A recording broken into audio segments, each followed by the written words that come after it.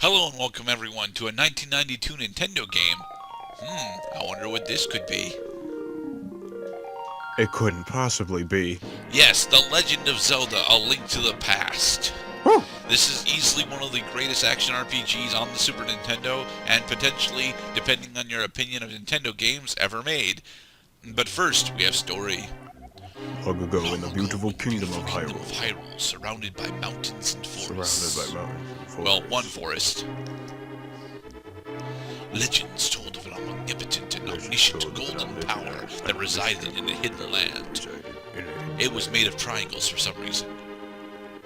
They believed in isosceles. Many people aggressively sought to enter the hidden golden land because they are stupid and don't know how these power fantasies work. But no one ever returned. One day, evil power began to flow from the golden land, because of course it did. So the king commanded 7 wise men to seal the gate to the land of the golden power. That's how we deal with all big problems. We just seal it away for later. Hello, Shorty. That shield should have remained for all time. Except then we wouldn't have our Power Rangers episodes. And then Alduin had resurfaced, apparently out of nowhere. But when these events were obscured by the mists of time and became legend, and, you know, evil people decided to do things again. World map. 7! That would have looked great in Microsoft Paint. A mysterious wizard known as Aghanim came to Hyrule to release the seal. He eliminated the king by casting the death spell on him 5 times. The good king of Hyrule. Away with you, little one. Hello, first dungeon. Through evil I am magic, going he to began charge to you make through the the sentence of the bars. 7 wise men vanish. One long pause. After another. After another.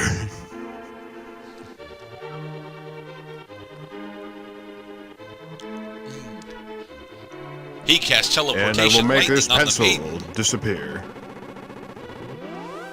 Poof. and the time of destiny for Princess Zelda is drawing near. For the record, this is technically Somebody a needs sequel to stop this wizard. to the second game.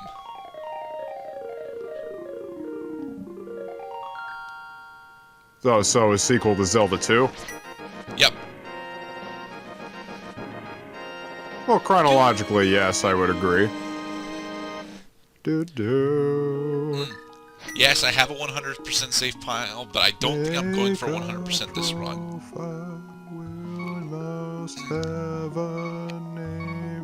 And Gerdat, yes. Gerdat is his name for Help me. Please help me. I am a prisoner in the dungeon of the castle. My name is Zelda. The wizard Aghanim has done something to the other missing girls. Now only I remain. Aghanim has seized control of the castle and is now trying to open the 7 wise men's seal. I am in the dungeon of the castle. I already told you that. Please help me. I'll keep pestering you until you do so. And that is our uncle. He is a blacksmith. We'll find this out never. The lamp. Apparently they had the same dream. Da-da-da-da. Well, actually, no. Zelda did not actually contact Link's uncle, but yeah, an ominous start of the game as it is raining too heavily outside for us to do anything. Also, we have no command actions. But yes, despite. And we also have nowhere to go. No, we have somewhere to go. We have to go into the castle dungeon. But despite my best efforts, I am fairly certain that you actually do need to get the lantern in order to beat the game. During a minimum item run, I got stuck on dungeon 2 because yeah.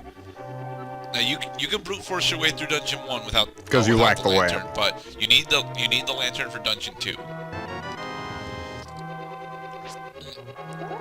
And so we have mastered the spin attack, and we have our first sword and shield.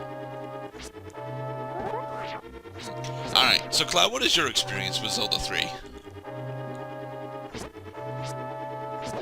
I've played A Link to the Past on the Game Boy Advance most vividly because I got my copy of Legend of Zelda: Link to the Past, the port of it, with the Four Swords Adventure for Christmas one year. It was very awesome. Yeah, but you never got to play Four Swords Adventure because you didn't have you didn't have 3 other people that had it. Well, I had my brother, and my brother eventually got his own copy of Link to the Past, basically so that, because I don't know if he ever beat it, we basically just played Four Swords Adventure on it, just co-op.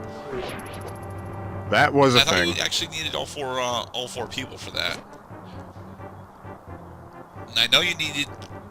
Well, so you can have up to 4 people. I know you needed co-op in order to even start playing that, though.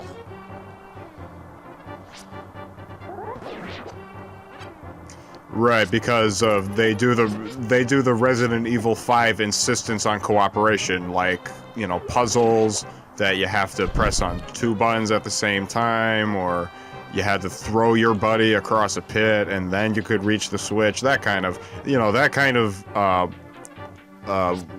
how shall I say, insistence on cooperation. Now, I am not actually all that good at Zelda 3. I'm not. I mean, I've played plenty of different randomizer runs on it, and in fact, I even have like 2 different randomizer runs up on my channel. But yeah, I'm not actually all that good at this game.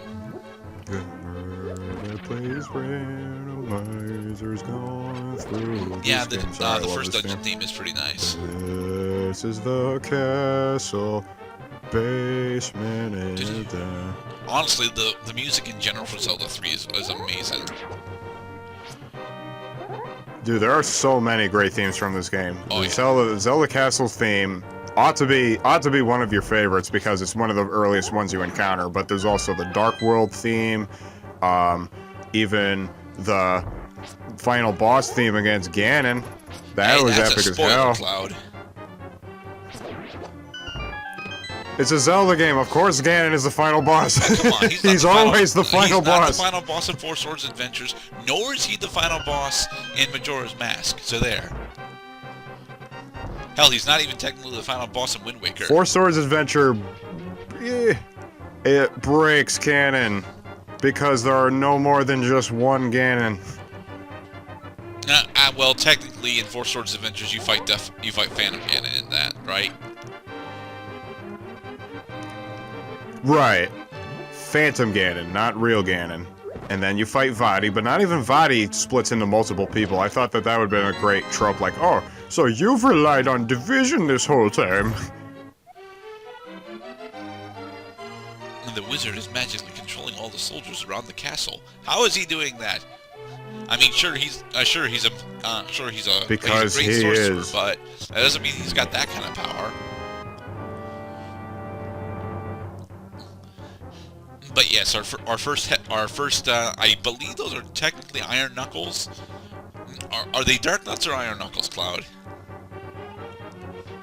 They're Dark Nuts. Okay, they're Dark Nuts. But that is our first instance of Dark Nuts. Throw 2 pots at him and he dies. We also skipped over getting the boomerang, one of the best overworld items in Legend of Zelda history because it has decent range, can interact with switches, and stuns enemies. But you can't control it like the Oracle of Seasons magical boomerang. Yes, you can. You can totally control the normal boomerang. It just doesn't look like it because it only goes about half as far as the remote control. Does. You can influence what direction that you throw the boomerang in, and you can also influence how long it stays out.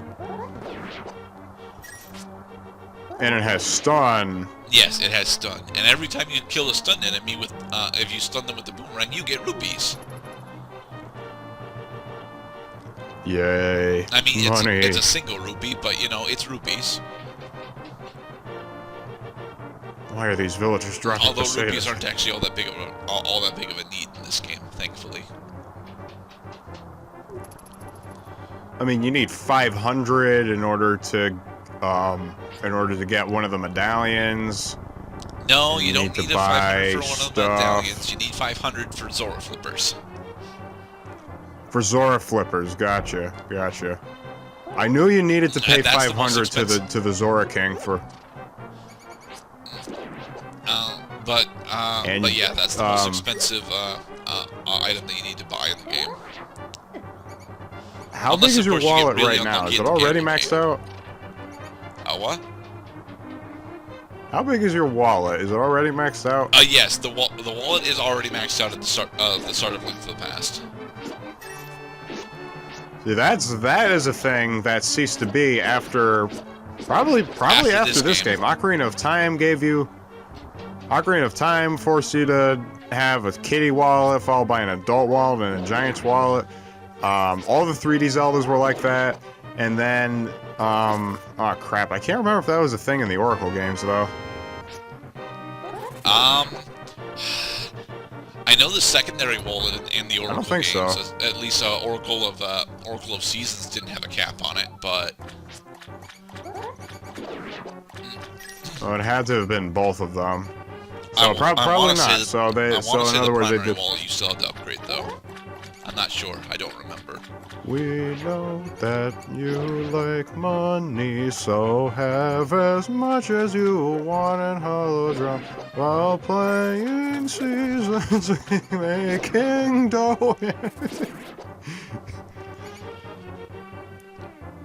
We are escorting the princess out of the castle.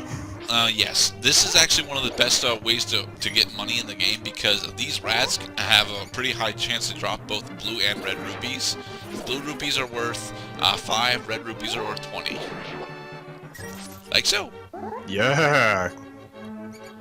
So if they've you ever been need, pilfering the if you ever need king because the king has been possessed. There are a couple of easy ways to get a lot of money relatively quickly. We don't have bombs yet, so we can't go in there yet, which is sad. You see that? We're teaching you that you need to get used to coming back to places. Good luck remembering it in the first place. They're not teaching us that quite yet, but, you know. And besides, that is totally optional, at least for this version of the game. And randomizers, you need to go in there because you usually end up having at least one key item in there.